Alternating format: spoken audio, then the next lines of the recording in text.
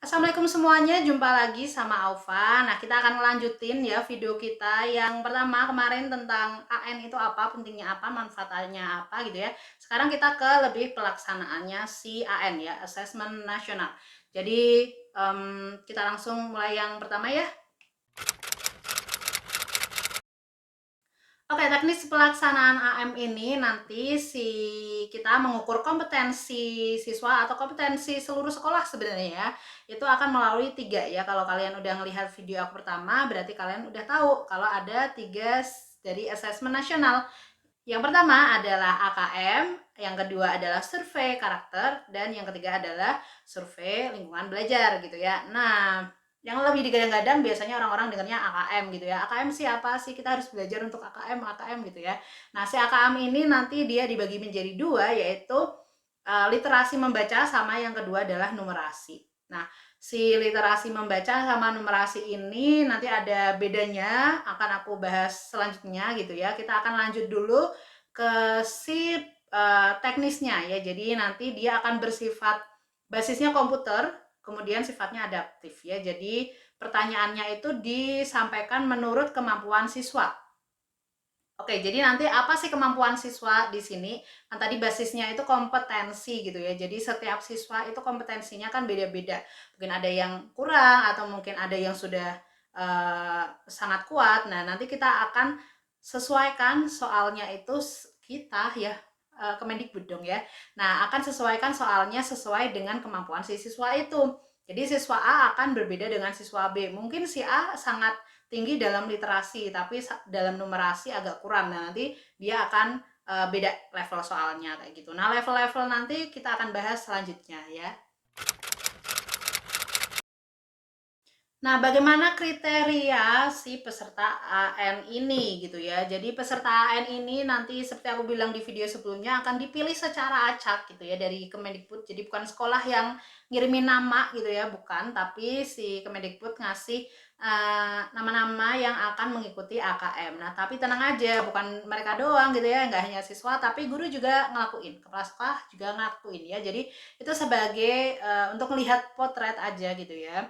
Kenapa cuma sebagian ya, nggak seluruhnya, karena ya hanya untuk melihat potret mutu pendidikan ada di sekolah itu gitu ya.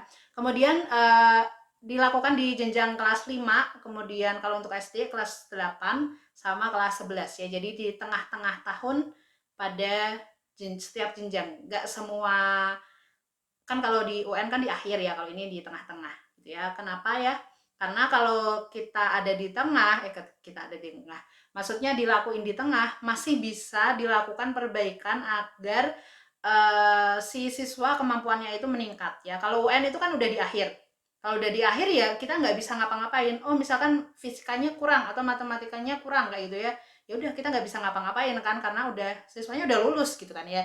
Tapi kalau si AN ini dia ada di tengah. Nah, misalkan nih literasinya yang di sini agak kurang, atau misalkan dalam numerasinya bagian aljabarnya agak kurang. Nah, misalkan atau dalam persamaan linear itu agak kurang. Kita sebagai guru masih bisa memperbaiki di jenjang atasnya, kan masih ada gitu ya. Dari kelas 11 ke kelas 12 masih ada 1 tahun untuk memperbaiki sebelum mereka itu benar-benar siap untuk ke jenjang selanjutnya. Kalau dari SMA berarti di kuliah gitu ya, atau dan sebagainya gitu ya. Jadi dia sebenarnya untuk literasi sama numerasinya beda-beda sih. Jadi ya jelas lah ya, anak SD sama SMP sama SMA jelas akan beda gitu. Ada kriterianya, tenang ya, sudah disiapkan gitu ya. Untuk jadwal pelaksanaannya bagaimana? Nah, untuk jadwal pelaksanaan ini AN itu diadakan 2 hari gitu ya di semua jenjang. Nah, untuk siswa SD atau MI dan sederajat gitu ya, atau paket A atau ULA gitu ya. Nah, dia maka hari pertamanya itu dia akan ngerjain tes literasi selama 75 menit sama tes survei karakter ya. Survei karakter selama 20 menit ya, nggak lama-lama ya. Kemudian di hari kedua, hari berikutnya itu dia akan ngerjain tes numerasi 75 menit juga sama tes survei belajar itu 20 menit juga. Nah, Kalau untuk yang SMP sama SMA kan udah agak tinggi nih ya jenjangnya. Dia harinya juga ada 2, tapi yang hari pertama untuk tes literasinya itu 90 menit, sedangkan survei karakternya itu 30 menit. Sama yang tes numerasinya di hari kedua itu juga 90 menit dan tes survei lingkungan belajarnya 30 menit ya. Jadi beda jamnya ya jelas karena jenjangnya udah beda kan, kalau SMP sama SMA kan lebih tinggi gitu ya. Untuk bentuk soalnya bagaimana? Nah, bentuk soalnya itu beda dengan UN yang hanya isian atau pilihan ganda ya, lebih ke pilihan ganda gitu.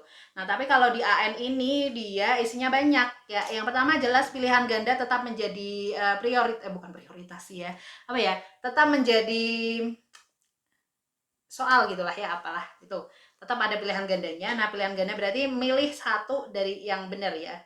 Apa sih, milih salah satu jawaban yang benar dari banyak gitu ya. Oke, itu pilihan ganda. Kemudian yang kedua ada pilihan ganda kompleks. Jadi pilihan ganda kompleks ini maksudnya adalah bisa milih jawaban benar itu lebih dari satu ya. Jadi di A, B, C, D, E bisa jadi ada 2 yang benar, bisa jadi 3 yang benar gitu ya. Jadi nggak hanya satu doang kayak pilihan ganda. Oke, kemudian yang ketiga adalah menjodohkan ya. Jadi siswa ini bisa narik garis dari ini kan kayak pertanyaan dulu-dulu gitu ya. Aku suka nih menjodohkan gitu ya. Yang ini A ke sana gitu ya jawabannya, yang B ke sini gitu. Nah, itu menjodohkan. Kemudian ada isian singkat, ya jelas siswa ngisi tapi nggak panjang gitu ya. Sama yang terakhir adalah uraian ya. Gitu. Tenang ya, bukan kita yang mencocokkan gitu ya sebagai guru. Jadi santuy aja gitu ya. Oke.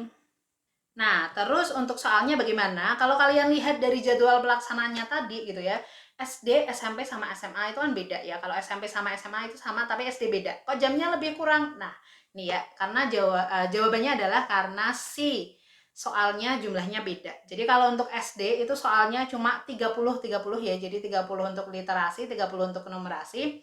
Surveinya juga dikit. Kemudian kalau yang untuk SMP dan SMA itu jumlahnya 36. Jadi 36 literasi, 36 numerasi. Jadi jumlahnya 72 gitu ya.